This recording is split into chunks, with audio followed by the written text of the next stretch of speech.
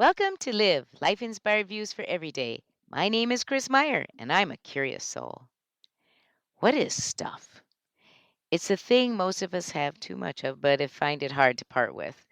Stuff is laden with feelings ranging from guilt of having it, remorse of not wanting to part with it, sweet memories that remind us of people, times, and experiences, and frustration with not knowing what to do with it.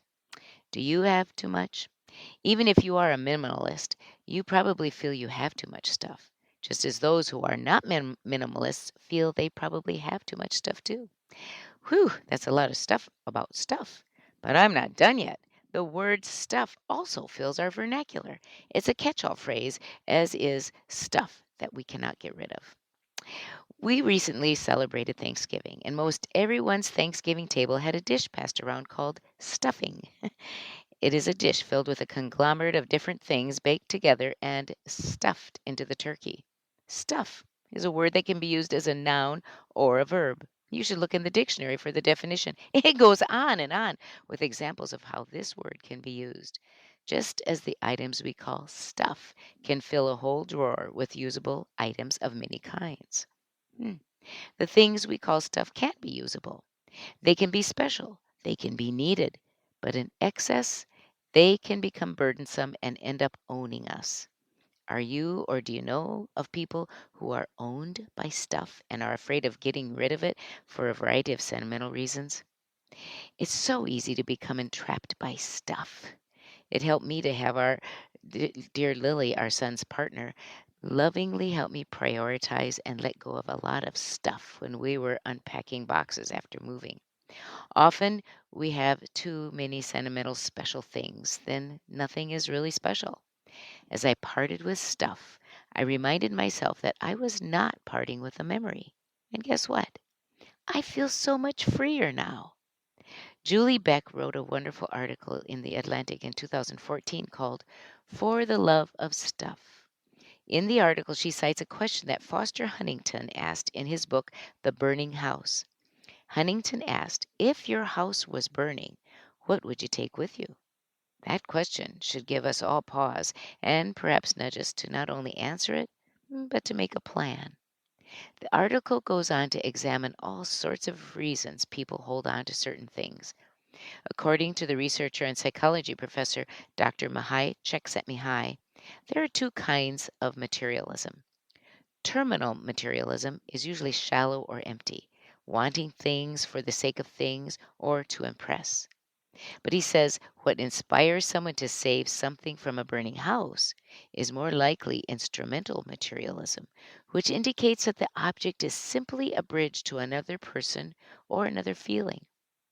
Dr. Russell Belk exerts in his literature review that we learn, define, and remind ourselves of who we are by our possessions.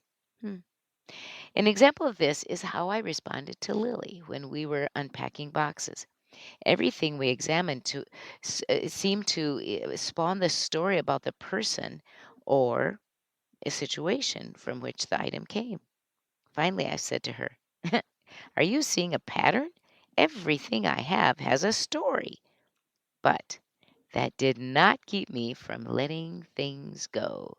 Just telling her the stories seemed to reiterate in me that the stories remain and live on beyond the object. This morning, I read an article in the New York Times about Elizabeth Johnson, a marine biologist and climate change expert. She presented a TED Talk last year entitled How to Find Joy in Climate Action. She suggested we make a Venn diagram and in one circle write, what are you good at? In one, what work needs doing? And in one, what brings you joy? She proposed that the overlap of the circles is our opportunity for action. I thought about that in reference to stuff. It spurred me to think of three other questions we could ask ourselves, not necessarily for a Venn diagram, but for pondering and then acting upon. What stuff are you good at? What stuff entraps you? And what stuff can you do to contribute for the good of others, your community, or the world? Returning to the Atlantic article, I wonder if we should all ask ourselves the question, if our house was burning, what stuff would we want to be sure we were able to save? What do each of these things represent? Then ask, if you were not able to save them, could you live through without them? How would you preserve their story? That is what ultimately is the reason for stuff, the stories behind the things. Stories are truly what linger. When you keep them alive, and no matter what you give away, lose, or save, you are still having meaning without the stuff. And your stuff will not own you. This week on your bathroom mirror, write, I will prioritize my stuff that I own, that I can do, and that brings me joy. And that is your story to live. Join me next Monday for Live, Life Inspired Views for Every Day. I'm Chris Meyer, and I'm a curious soul.